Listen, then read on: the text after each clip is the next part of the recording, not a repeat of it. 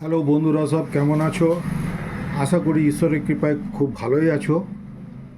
আমি তোমাদেরকে থুজা নিয়ে এক দুটো ভিডিও অলরেডি দিয়েছি। আমি আবার থুজার সম্পর্কে যখন চর্চা করেছি থুজা মেডিসিন নিয়ে, তখন আমি আঁচিল সম্পর্কে বলেছি যে থুজা মানে আঁচিল নয়, আঁচিল মানে থুজা নয়। কেন এবারে সেটি কিন্তু এই ভিডিওর মাধ্যমে আজকে তোমাদেরকে আমি বোঝাবার চেষ্টা করছি। এবং তোমাদের আমি থুজা বা এই আঁচিল নিয়ে কেন এত কথা বলছি এটি বলি।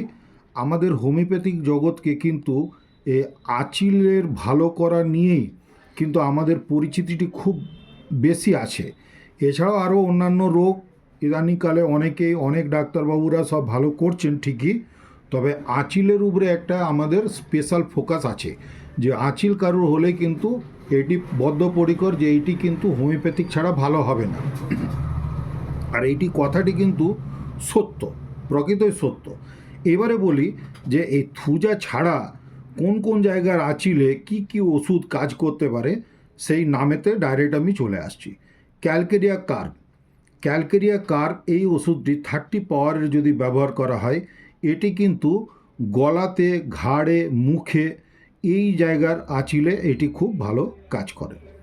নেক্সট বলি স্ট্যাফিস্যাগ্রিয়া।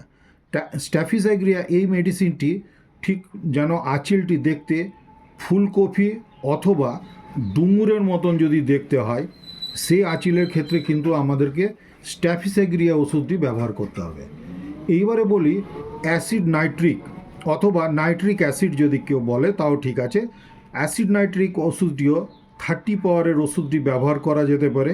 এটিতেও ডুমুরের মতন কিন্তু শক্ত হবে, শক্ত আঁচিল, এবং খুব সহজেই একটু হয়তো নাড়াচাড়া করলেই এমন হতে পারে সেই আঁচিলের তলদেশ থেকে রক্তপাত হতে পারে।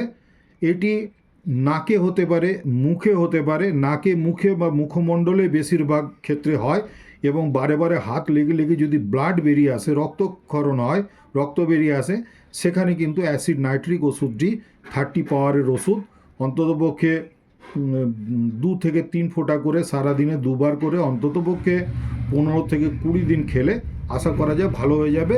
সেখানে ভালো না হলে কোনো ডাক্তারের পরামর্শ নিতে হবে, কেননা আমাদের ওষুধ ক্রমাগত 30, তারপরে 200, 1M, 10M, অনেক পাওয়ার পর্যন্ত ওষুধ আছে।